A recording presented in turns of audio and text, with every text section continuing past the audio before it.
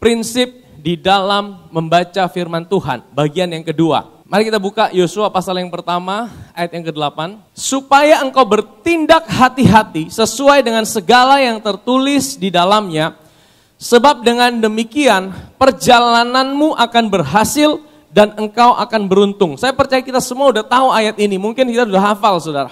Tahukah saudara, tulisan ini muncul, perintah ini muncul kepada Yosua bukan ketika dia sudah santai-santai, bukan ketika dia sudah melewati sungai Yordan, bukan ketika dia sudah mengalahkan musuh-musuh yang ada di Kanaan, saudara. Ya, saudara tahu perintah ini muncul ketika dia baru saja diberikan tugas dan tanggung jawab untuk menggantikan Musa memimpin bangsa Israel untuk masuk ke dalam tanah perjanjian. Saudara tahu tugas yang dia hadapi itu tidak mudah, karena musuh pertama yang harus dia lewati adalah sungai Yordan yang sedang meluap, saudara.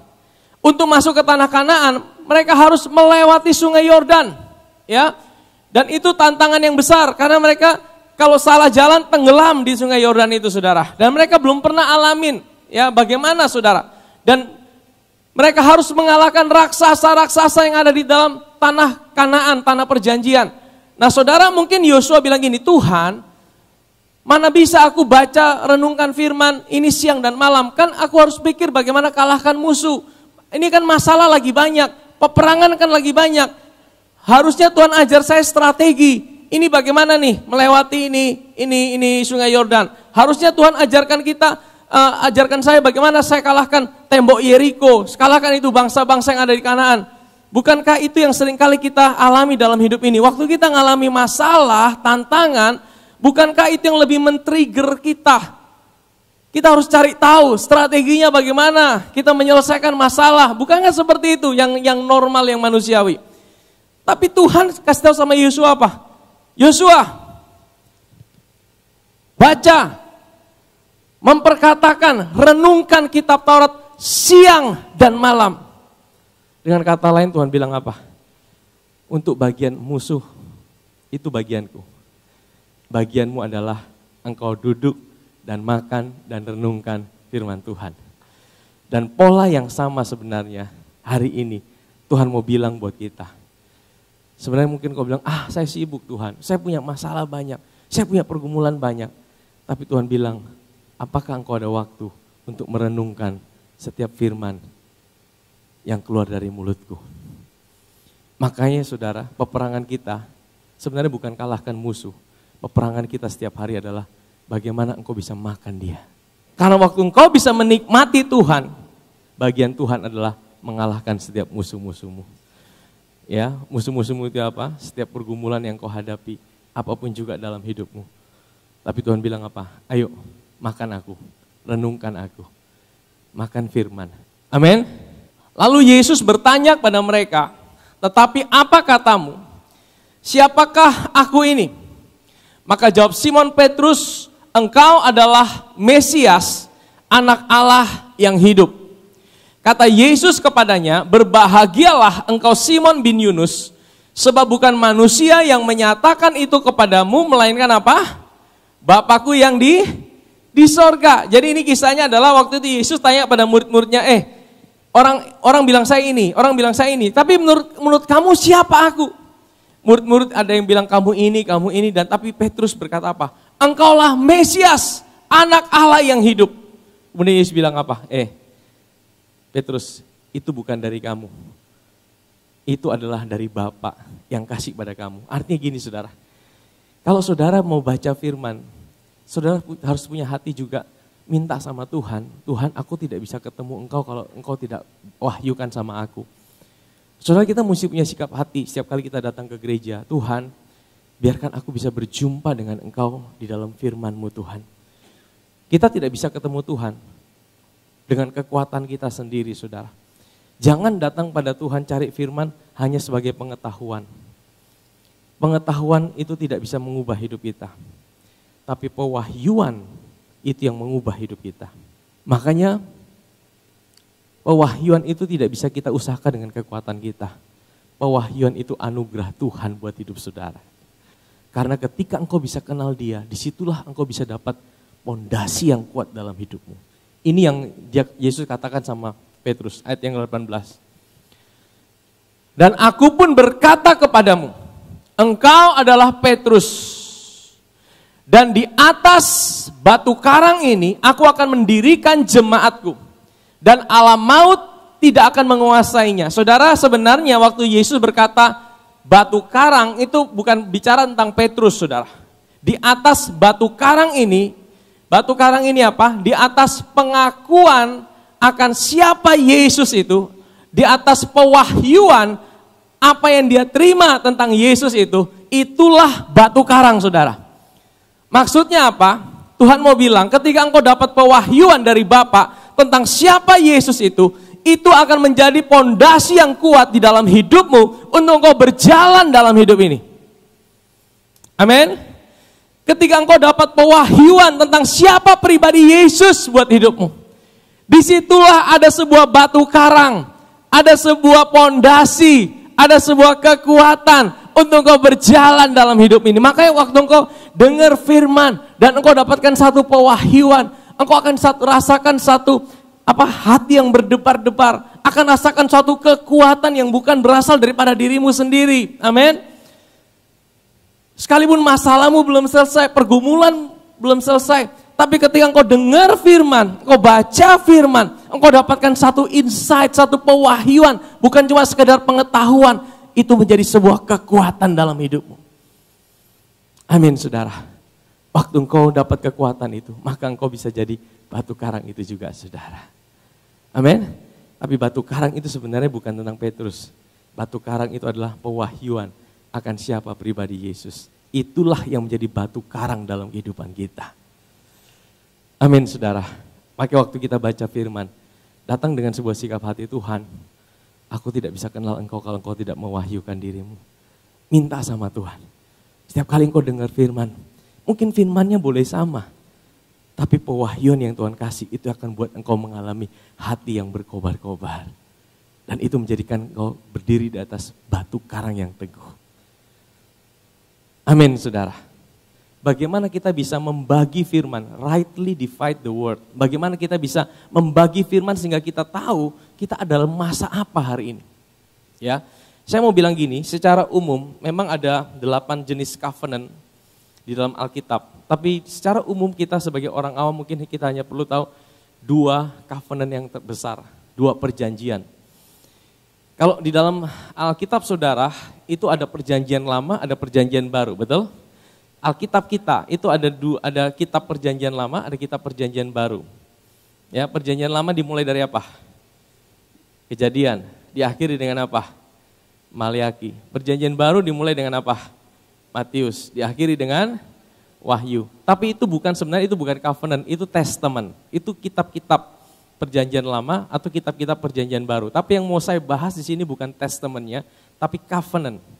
Covenant itu ada 2 perjanjian besar yang ada di Alkitab. Namanya perjanjian lama atau perjanjian hukum Taurat. Yang kedua itu perjanjian baru atau perjanjian kasih karunia.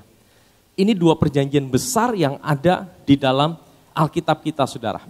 Nah, saya mau hari ini kita sungguh-sungguh mengerti ketika kita pulang. Bagaimana kita baca firman, kita tahu kita dalam perjanjian yang mana nih, covenant yang mana. Sehingga kita tidak bingung.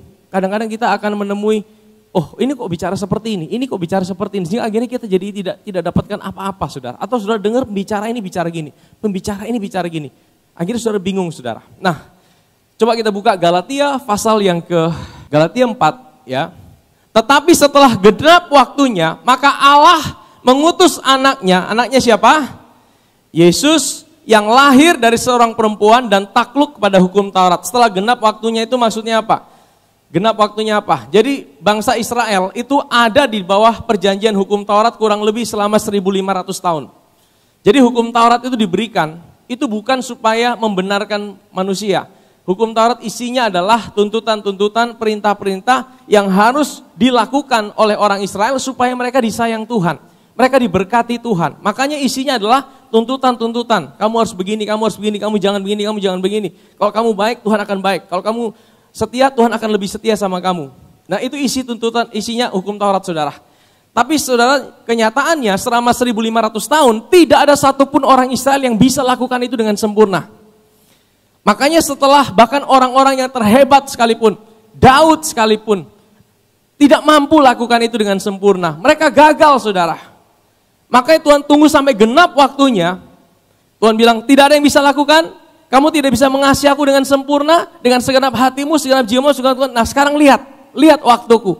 Aku yang akan mengasihi kamu dengan segenap hatiku. Aku akan mengasihi kamu dengan segenap jiwaku. Aku akan mengasihi kamu dengan segenap kekuatanku. Maka Allah itu menjadi manusia di dalam kelahiran Yesus Kristus Tuhan. Dan dia takluk ke dalam hukum Taurat, maksudnya apa? Maksudnya dia yang buat hukum Taurat. Tapi dia menaklukkan dirinya. Dia hidup di bawah hukum Taurat, maksudnya apa? Dia lakukan semua tuntutan hukum Taurat yang manusia tidak bisa lakukan dengan sempurna. Hanya Yesus satu-satunya manusia yang bisa lakukan itu. Dia mewakili saudara dan saya sebagai manusia. Makanya saudara, perjanjian baru itu tidak dimulai dari Matius 1 ayat yang pertama. Perjanjian baru itu dimulai setelah kematian Yesus Kristus Tuhan kita di atas kayu salib.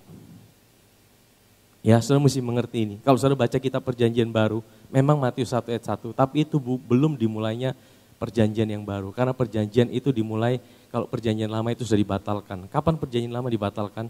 Di atas kayu salib, waktu Yesus mati di atas kayu salib, seluruh tuntutan hukum Taurat itu digenapi di dalam Yesus. Dia yang lakukan itu dengan sempurna. Dan setiap penghukuman yang harusnya kita terima, karena kita tidak mampu sebagai manusia, Yesus ambil itu di atas kayu salib. Dia selesaikan itu satu kali untuk selamanya. Disitulah berakhirnya perjanjian hukum Taurat, saudara.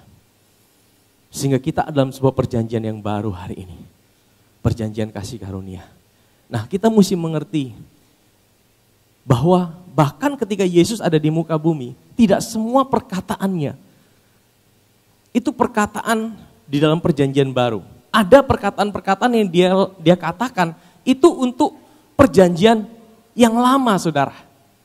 Bagi kita, gereja Tuhan hari ini, saudara, yang kita bisa telan mentah-mentah langsung tanpa perlu ditafsirkan macam-macam adalah surat-surat Rasul Paulus kepada gereja-gereja Tuhan. Kepada jemaat-jemaat. Itu sudah bisa langsung telan bulat-bulat. Tidak perlu ditafsirkan. Ya, tapi kalau perkataan-perkataan Yesus, ada yang hari ini tidak lagi relevan buat kita.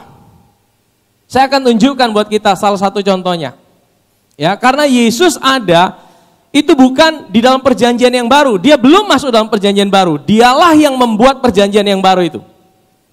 Saya bisa paham ini ya. Nah, mari kita lihat di dalam Matius ke-12, murid itu diutus oleh Yesus.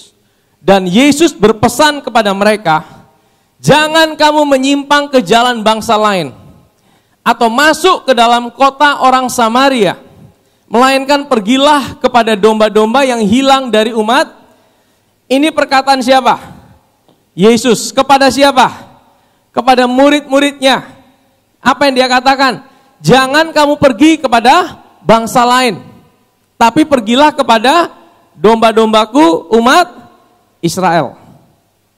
Apakah hari ini masih relevan buat kita? Sebenarnya kita juga murid Tuhan di tempat ini. Apakah hari ini penginjilan itu hanya buat orang Israel? Bukankah di dalam Matius 28 Tuhan Yesus berkata, pergilah, jadikanlah semua bangsa muridku, amin. Loh, saudara baca ini sepertinya kontradiksi. Loh, kalau di Matius 10 bilang jangan pergi kepada bangsa-bangsa lain. Tapi kalau di Matius 28 Yesus bilangnya kok lain. Nah, di sini yang sering jadi perdebatan. Di sini yang sering jadi ada perdebatan-perdebatan di luar sana, orang yang tidak mengerti dan mereka bilang, itu kan Alkitab itu dipalsukan, itu kan Alkitab itu tidak benar. Akhirnya apa? Mereka menyerang keabsahan, keaslian daripada Alkitab. Dan mereka akhirnya meragukan ketuhanan Yesus. Akhirnya saudara apa? Akhirnya mereka akhirnya bilang, Yesus tidak benar. Yesus bukan Tuhan. Saudara kalau perhatikan di media sosial, banyak sekali terjadi perdebatan. Karena apa? Mereka coba cari kelemahan-kelemahan Alkitab berdasarkan apa yang tertulis seperti kontradiksi. Tapi tahukah saudara, Alkitab itu tidak pernah terjadi kontradiksi. Kalau kita tahu cara baca yang benar. Makanya saya mau ajar kepada jemaat Tuhan di tempat ini. Ayo kita mulai baca firman Tuhan, dengar firman Tuhan dengan cara yang benar. Supaya saudara tidak gampang terombang-ambing. Saudara bisa dapatkan manfaat dari setiap firman yang engkau dengarkan. Dan firman Tuhan itu sungguh-sungguh menjadi berkat buat kehidupan saudara dan saya. Amin saudara. Kenapa Yesus seperti omongnya berubah-berubah? Karena di dalam Matius pasal 10, pada waktu itu Yesus berbicara tentang kedatangannya pada waktu itu. Bukan buat bangsa-bangsa lain. Injil kerajaan pada waktu itu buat orang Israel, orang Yahudi. Aku datang kepada domba-dombaku umat Israel. Tetapi karena mereka menolak Yesus, mereka menyalibkan Yesus. Sehingga apa?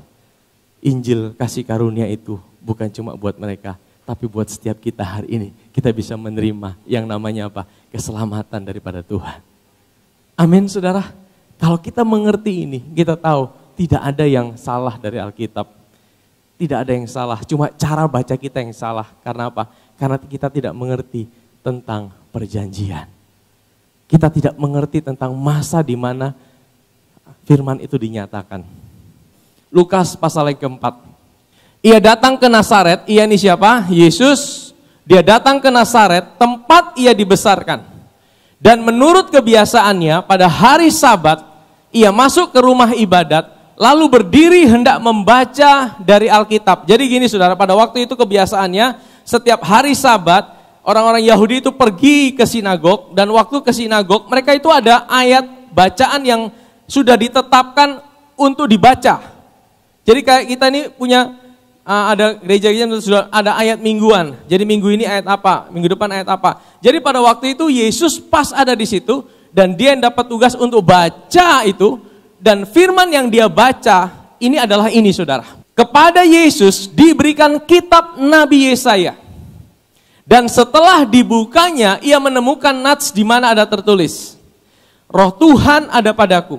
Oleh sebab ia telah mengurapi aku. Untuk menyampaikan kabar baik kepada orang-orang miskin. Dan ia telah mengutus aku. Untuk memberitakan pembebasan kepada orang-orang tawanan.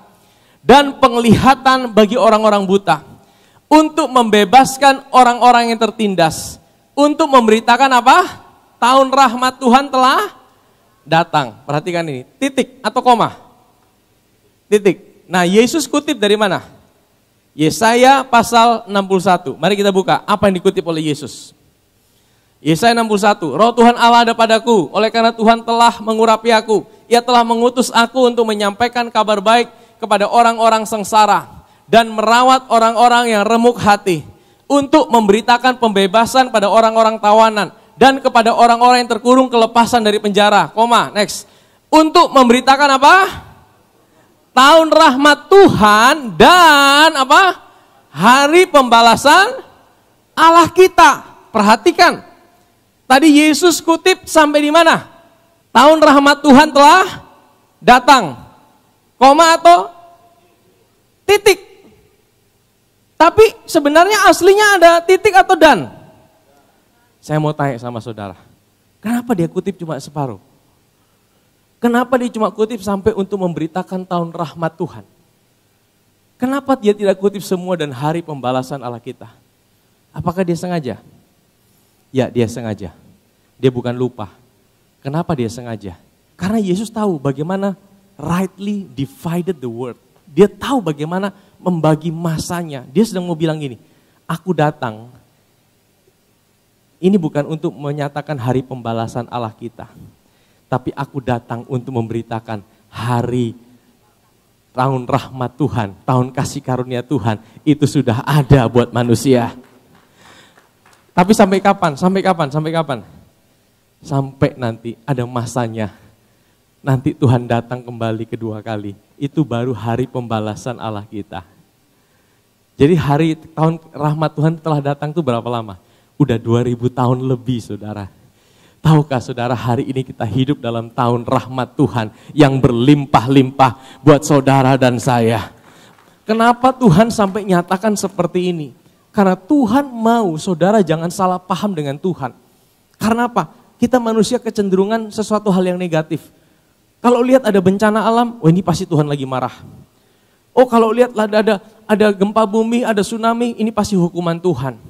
Saudara, kita kecenderungan punya spirit yang namanya spirit penghakiman. Kita suka, wah kalau dia lagi buat salah, Tuhan pembalasan adalah hakmu, engkau yang harus balas dia. Kita suka kalau Tuhan balas sampai kasih buat dia mati, celaka. Saudara, ada yang tempat ini seperti itu? Tuhan, saya tidak mampu balas, tapi Tuhan yang balaskan dia. Pembalasan adalah hak Tuhan. Tuhan, kirim api dari langit. Sebenarnya kita seperti itu. Saudara tahu itu bukan hati Tuhan seperti itu. Tuhan sedang berkata, hari ini adalah hari tahun rahmat Tuhan telah datang buat hidup saudara. Hati Tuhan buat saudara, dia tidak sedang ada dalam penghukuman, tapi dia sedang mau nyatakan dia ada di pihak saudara, dia mencintai saudara. Memang ada masanya nanti gereja Tuhan itu akan terangkat. Waktu trompet dibunyikan. Dan saya tahu ini event yang sedang kita nantikan ke depan. Event yang ada di depan kita bukan kedatangan Tuhan kedua kali. Jadi kedatangan Tuhan dengan pengangkatan dua hal yang berbeda. Pengangkatan itu yang persis nanti ada di depan kita. Gereja Tuhan akan mengalami pengangkatan. Setelah gereja Tuhan pengangkatan, gereja Tuhan akan mengalami namanya dikasih upah. Reward perjamuan kawin anak domba. Itu yang dinamakan masa kesusahan besar. Gereja Tuhan diangkat. Israel tertinggal. Dan akan ada namanya masa kesusahan besar. Dimulainya murka Allah di situ. Tapi gereja Tuhan tidak di situ, saudara. Kita tidak ada di dalam masa murka Allah, saudara. Percaya, saudara. Kita hari ini bukan adalah masa murka Allah. Ini adalah masa di mana anugerah Tuhan dinyatakan berlimpah-limpah. Akan semakin banyak orang mengenal kasih Bapa. Tapi nanti setelah rapture pengangkatan, di mana itu masa murka mulai dimulai. Dan pada puncaknya adalah waktu Yesus datang dengan gerejanya, menginjakkan kaki di Bukit Zaitun. Disitulah dimulai pembalasan Allah kita terhadap antikris dan seluruh musuh-musuh. Ada masanya itu, saudara. Tapi hari ini tidak, saudara.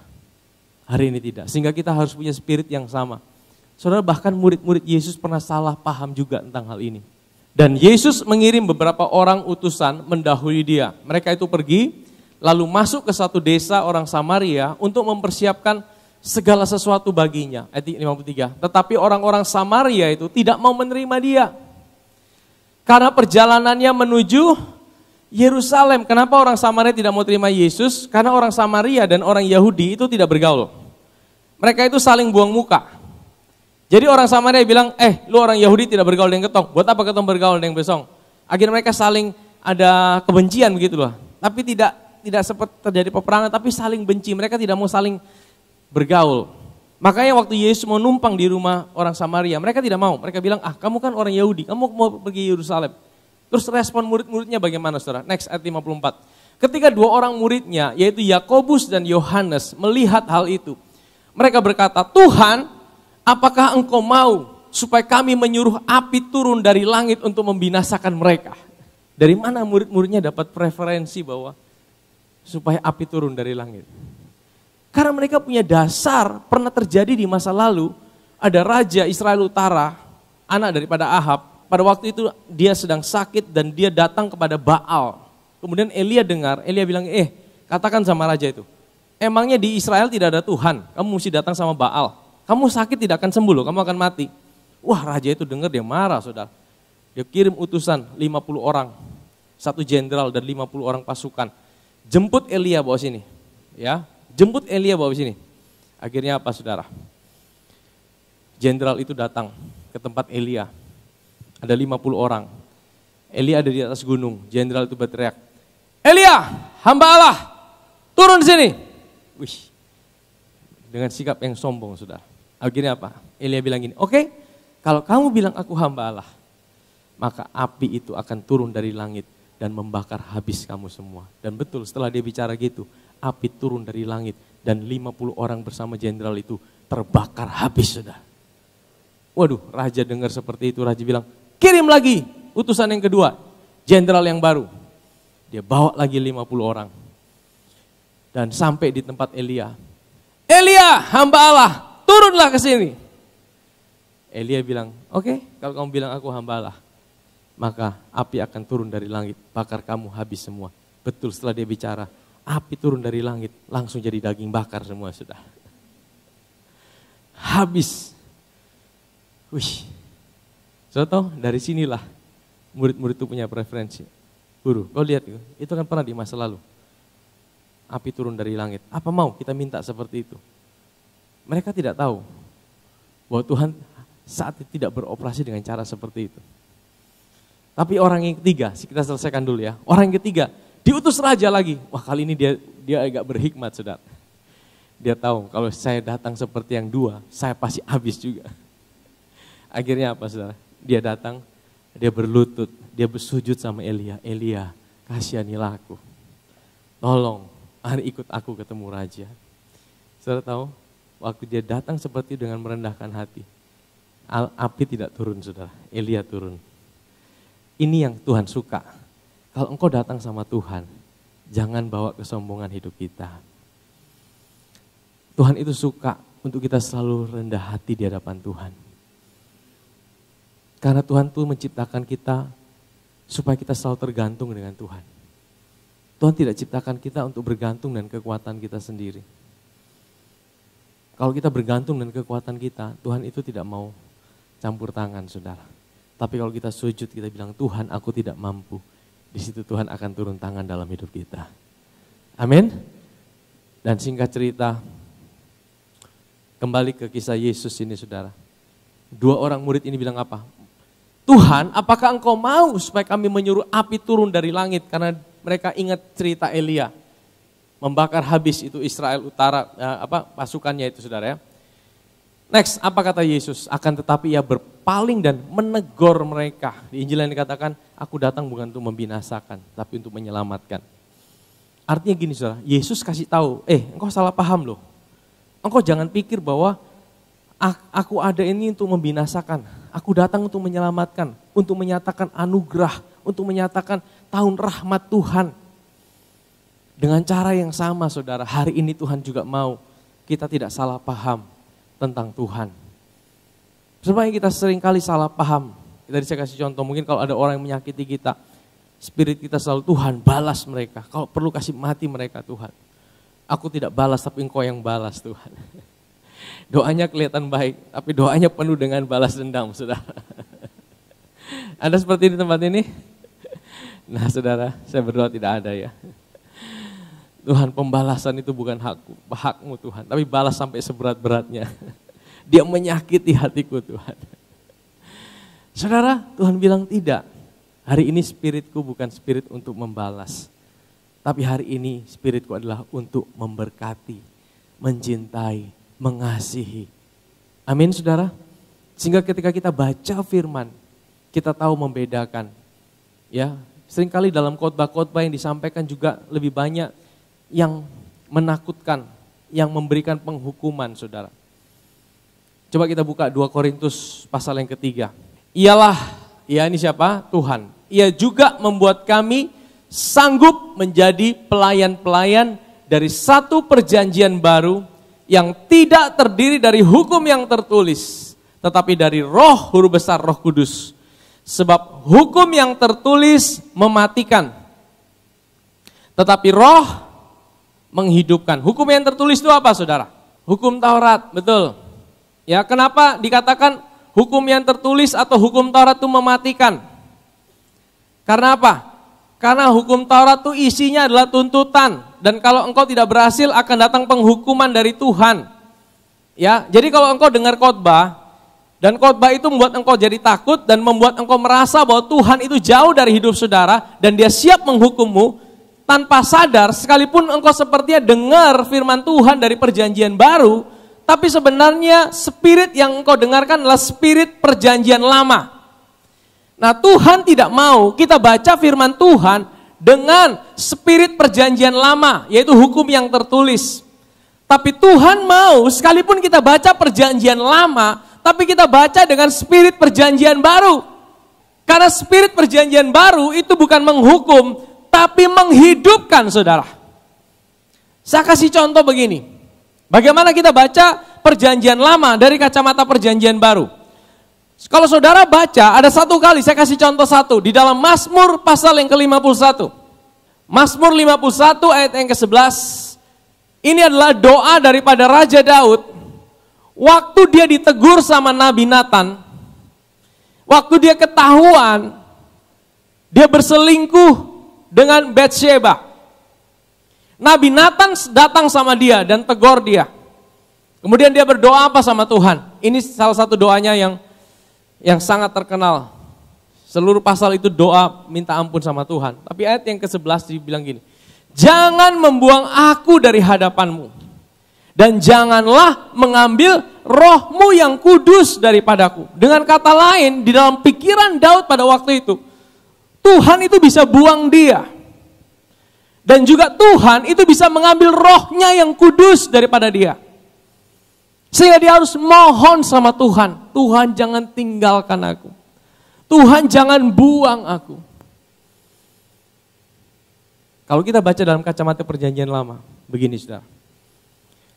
Waduh, aku jangan sampai salah loh. Kalau aku salah, Tuhan tinggalkan aku. Bahkan bukan cuma tinggalkan, dia bisa hukum aku. Bahkan dia bisa kasih aku sakit penyakit. Dia kasih aku kutukan. Makanya saudara, spirit perjanjian lama itu selalu berkata, kalau kita sakit itu hukuman dari Tuhan. Sehingga apa? Kita selalu merasa bahwa selalu ada yang kurang dalam hidup kita. Sehingga membuat Tuhan itu tidak sayang sama kita. Selalu ada yang kurang. Selalu ada yang kurang yang harus aku buat supaya Tuhan lebih sayang sama aku. Itu spirit perjanjian lama. Nah, bagaimana kita baca dalam kacamata perjanjian baru? Coba saya tunjukkan satu ayat di perjanjian baru, Ibrani 13 ayat yang ke-5b. Janganlah kamu menjadi hamba uang dan cukupkanlah dirimu dengan apa yang ada padamu. Karena Allah telah berfirman, apa saudara? Aku sekali-kali tidak akan membiarkan engkau dan aku sekali-kali tidak akan meninggalkan. Jadi firman Tuhan berkata apa? Tuhan itu bisa tinggalkan kita tidak? Tidak loh saudara, aku sekali-kali itu artinya aku tidak sedetik pun tinggalkan kamu. Itu adalah penyertaan yang tanpa syarat daripada Tuhan. Tapi tadi kita baca, Daud kok bilang, jangan tinggalkan aku seolah Tuhan bisa tinggalkan dia. Mana yang benar ini? Dan memang benar dalam perjanjian lama, roh Tuhan itu hanya hinggap kepada beberapa orang, dan roh Tuhan itu bisa tinggalkan mereka. Tetapi di dalam perjanjian baru, bagaimana kita bacanya benar? Kenapa sepertinya berbeda? Karena ada satu peristiwa di atas Bukit Sion. Ada perjanjian yang baru yang dibuat. Waktu Yesus naik di atas kayu salib, dia berkata, Eloi, Eloi, lama sabachthani. Allahku, Allahku, kenapa engkau tinggalkan aku? Waktu dia di atas kayu salib saudara, dia ambil semua murka, dia ambil semua penghukuman, dia ambil semua kutukan, dia ambil semua ketidaktaatan kita. Sehingga apa? Hari ini saudara, kita punya sebuah kepastian bahwa Bapa di sorga tidak akan tinggalkan hidup saudara lagi saudara. Tuhan tidak pernah akan tinggalkan kita. Dia selalu ada buat kita. Dia tidak pernah biarkan kita berjalan sendirian. Ini bukan hanya sekedar lagu. Ini bukan hanya sekedar klise. Tapi ini sebuah realita yang mesti kita sadari dalam hidup ini. Ketika kita mengerti, oh ya, di dalam perjanjian lama, Daud bisa ditinggalkan karena dia dalam perjanjian hukum Taurat. Ketika dia tidak taat, di situ penghukuman dari Tuhan turun. Tapi hari ini, kita ada dalam sebuah perjanjian yang baru. Perjanjian yang bukan karena kebaikanku. Perjanjian yang bukan karena ketaatanku. Perjanjian yang dibuat karena ketaatan Yesus di atas kayu salib. Sehingga hari ini, aku jadi orang benar. Itu bukan karena kebaikanku, tapi oleh karena apa yang Yesus buat. 2 Korintus 5 ayat 21, ia yang tidak mengenal dosa, dijadikan dosa oleh karena dosa kita semua. Supaya di dalam Kristus, kita semua yang percaya, kita adalah orang-orang yang dijadikan benar oleh Tuhan. Amin saudara. Kita kembali ke 2 Korintus pasal 3. Ialah yang membuat kami juga sanggup menjadi pelayan-pelayan dari satu perjanjian baru, yang tidak terdiri dari hukum yang tertulis, tapi dari Roh Kudus. Sebab hukum yang tertulis mematikan, ya. Tetapi Roh menghidupkan. Roh Kudus itu selalu ingatkan kita. Nah, terus ayat yang ke-7. Pelayanan yang memimpin pada kematian terukir dengan huruf pada, nah apa yang terukir pada loh-loh batu? Apa saudara? 10 hukum Taurat, betul? 10 perintah Allah yang terukir pada loh-loh batu. Kenapa dikatakan ini pelayanan yang memimpin pada kematian? Sekali lagi, bukan berarti hari ini engkau tidak lagi melakukan 10 perintah Allah. Jangan mencuri, jangan membunuh, engkau tetap lakukan itu. Yang dimaksudkan adalah spiritnya saudara, esensinya. Di dalam perjanjian hukum Taurat, itu adalah kekuatan saudara untuk melakukan. Kalau engkau gagal, maka Tuhan akan menghukum, bahkan meninggalkan saudara. Hari ini engkau lakukan segala sesuatu, bahkan perintah Tuhan, bukan karena supaya engkau takut dihukum. Tapi karena engkau tahu engkau sudah diberkati sama Tuhan. Apapun yang engkau lakukan hari ini, bukan untuk menambah cinta Tuhan dalam hidup saudara.